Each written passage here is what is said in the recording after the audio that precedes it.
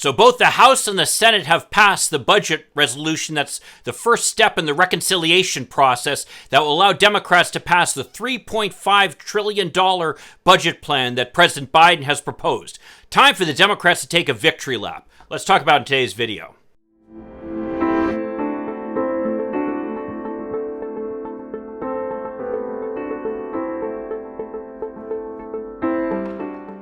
Hi, I'm Mike Greiner. I'm a lifelong Democratic activist who's concerned about the direction our country is taking. If you share my concerns, maybe you could like this video and subscribe to this channel, maybe even click that little bell that will notify you when I post something new.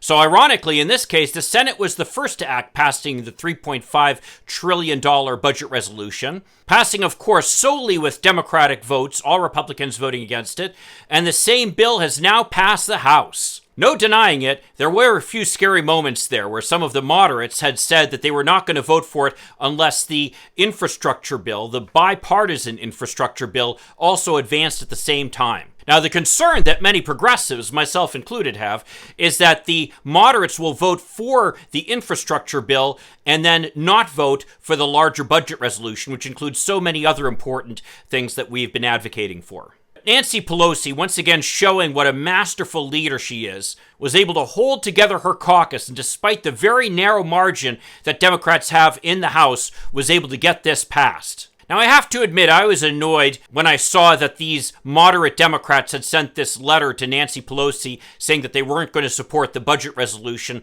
until the infrastructure bill had also passed. Despite the fact that only 9 of them signed the letter, given the Democrats' narrow majority in the House, that would have been enough to scuttle both bills.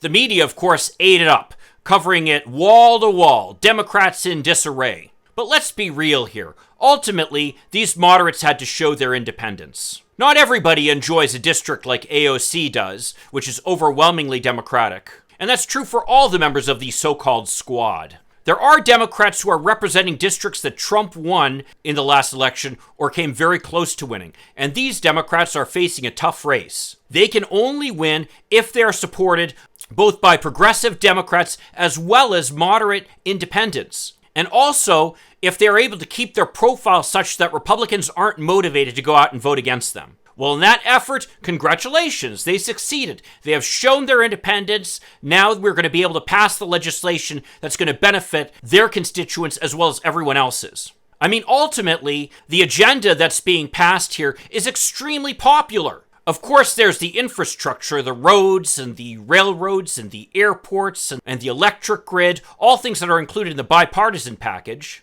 But things that are included in the package passed by the Democrats, although it's still in flux for the time being, but at least it appears that that package is going to include things like higher taxes on the rich, efforts to address climate change, which, as I pointed out in one of my other videos, is actually supported by a majority of Republicans, paid family leave, free pre-K and community college, and an expansion of healthcare eligibility to people across the country. All these issues are enormously popular. Almost as popular as just giving folks the $1,400 that was given to them as a result of the plan passed earlier this year, also only with Democratic support. The truth of the matter is, and this is what I think Nancy Pelosi stressed to both the moderates and the progressives, is that Democrats have to stick together or we're all going to be in trouble. If we don't pass these 2 bills, it's going to be a massive failure that will hurt all Democrats, potentially even hurting Joe Biden and his re-election chances in 2024.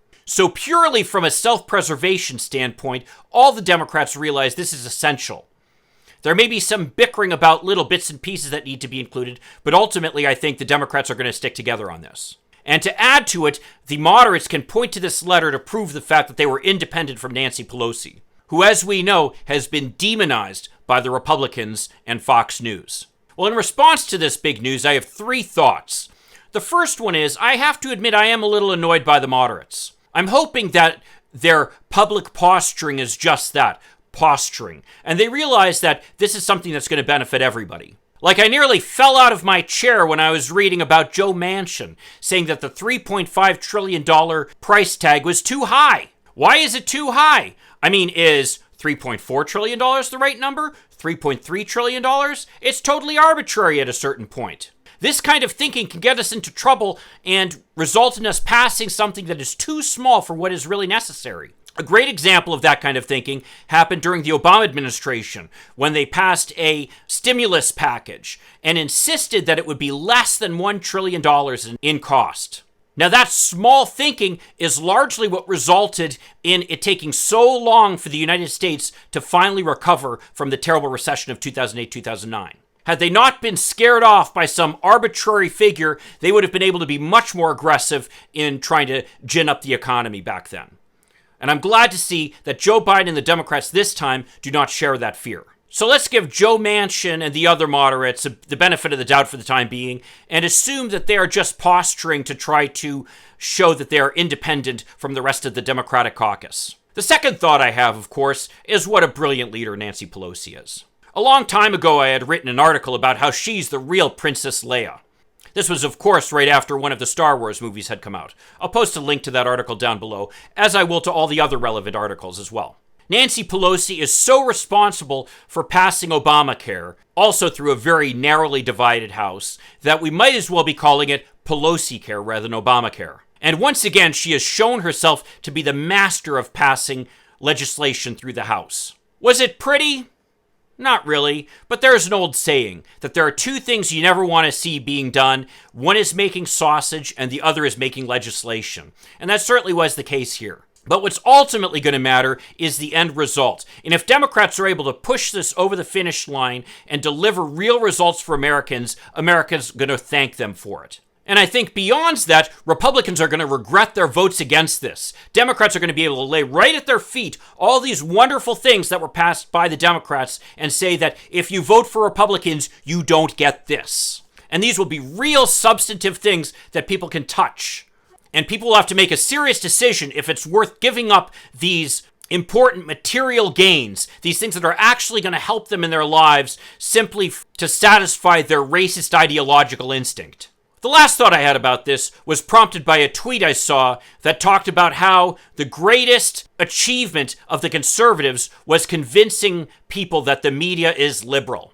I mean, there are videos out there showing Fox News switching from one side to the other just based upon the way the political winds are blowing. That's not the case with the real news media like the New York Times, the Washington Post, CNN, and others. Yes, they did report on the various ridiculous behavior by Donald Trump and Republicans, but they have also been relentless in attacking the Democrats on what's going on in Afghanistan, even though their reporting, quite frankly, is biased and ignores a number of important facts and points of view, as I pointed out in another video as well.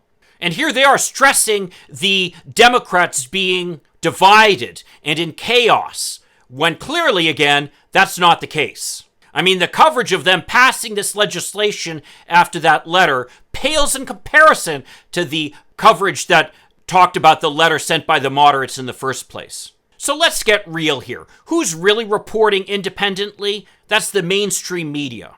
It's just that conservatives don't like when they actually point out facts about their positions. So let's celebrate today and be happy that we're another step on the way toward achieving true fundamental change in the American economy. Something that, frankly, progressives and moderates should cheer and will really make a huge difference in the lives of average everyday Americans. This is exactly the type of thing that Joe Biden and the Democrats promised to deliver on.